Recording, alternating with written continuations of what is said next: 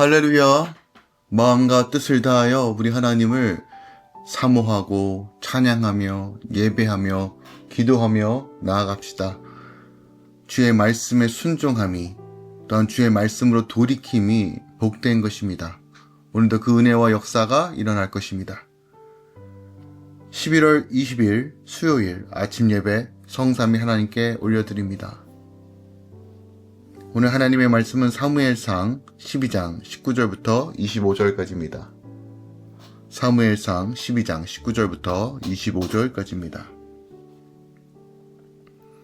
모든 백성이 사무엘에게 이르되 당신의 종들을 위하여 당신의 하나님 여호와께 기도하여 우리가 죽지 않게 하소서. 우리가 우리의 모든 죄에 왕을 구하는 악을 다하였나이다. 사무엘이 백성에게 이르되 두려워하지 말라. 너희가 과연 이 모든 악을 행하였으나 여호와를 따르는 데에서 돌아서지 말고 오직 너희의 마음을 다하여 여호와를 섬기라. 돌아서서 유익하게도 못하며 구원하지도 못하는 헛된 것을 따르지 말라. 그들은 헛되이리이다. 여호와께서는 너희를 자기 백성으로 삼으신 것을 기뻐하셨으므로 여호와께서는 그의 크신 이름을 위해서라도 자기 백성을 버리지 아니할 것이요 나는 너희를 위하여 기도하기를 쉬는 죄를 여호와 앞에 결단코 범하지 아니하고 선하고 의로운 길을 너희에게 가르칠 것인즉 너희는 여호와께서 너희를 위하여 행하신 그 큰 일을 생각하여 오직 그를 경외하며 너희의 마음을 다하여 진실이 섬기라.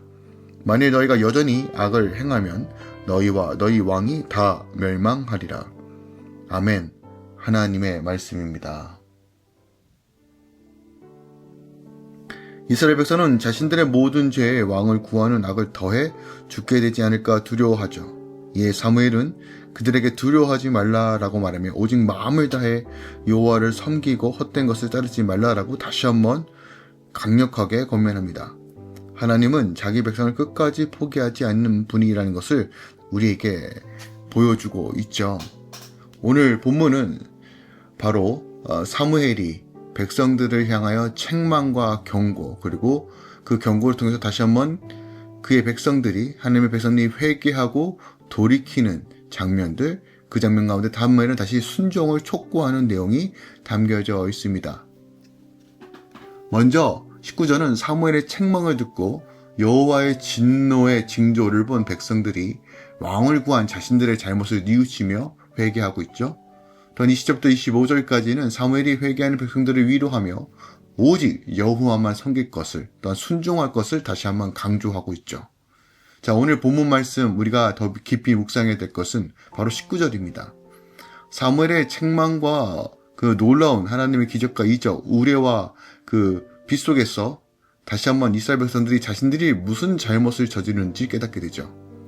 그리고 이렇게 이야기합니다. 우리가 우리의 모든 죄에 왕을 구하는 악을 더하였습니다 라고 말해요. 즉 자신들의 죄를 돌이켜 회개하는 것입니다. 그러자 20절에 사무엘은 즉시 두려워 말라라고 그들을 위로하고 격려해요.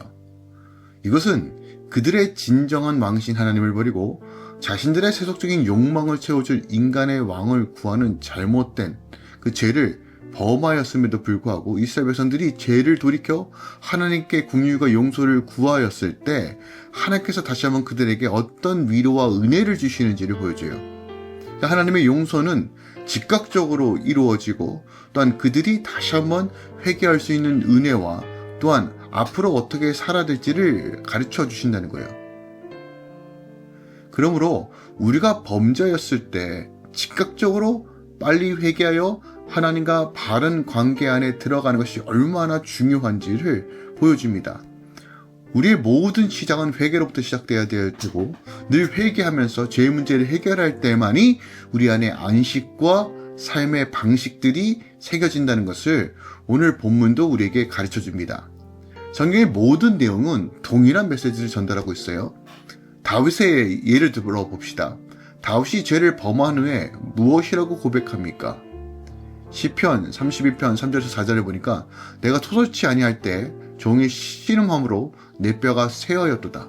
주의 손이 주야로 나를 누르시오니 내가 지내기 화하여 여름 가물에 가는 것 같더라 라고 말합니다. 자기의 죄를 인정하지 않고 그로 인해 회개 또한 하지 않으니까 그 마지막이 결국 쇠잔하여질 수밖에 없다는 것을 가르쳐주고 있어요. 그러니까 마음 깊이 품고 앓다 보니까 속병만 더해 더 고통스럽다는 것입니다. 하지만 내 허물을 여호와께 자백하리라 하고 주께 내 죄를 아뢰고 내 죄악을 숨기지 아니할 때니 곧 주께서 내 죄의 악을 사하였도다 라고 32장 5절에 말해요. 그러니까 32장은 내가 죄를 회개하지 않을 때와 회개했을 때 어떠한 은혜와 역사들이 일어나는지를 명확하게 보여주는 시편입니다. 하나님은 우리를 죄 숨기고 자백하기 싫어하며 용서하지 않은 그런 마음들이 계속 품고 있으면 결국 누구에게 해악이냐? 결국 자기 자신을 메말라뜨리는 그 죄악으로 인하여 우리의 삶은 어그러지고 깨질 수밖에 없지만 돌이키는 순간, 회개하는 순간 다시 한번 하나님의 놀라운 은혜와 회복의 역사들을 일으키시겠다고 언약하시고 약속하시고 계십니다. 형제나 이웃이 실수하거든 잘못을 범하였을 때 그것을 용서하는 일이 어렵다는 걸 우리가 너무나 잘 알고 있죠. 상대가 간절히 용서를 구해도 용서하기가 결코 쉽지 않아요.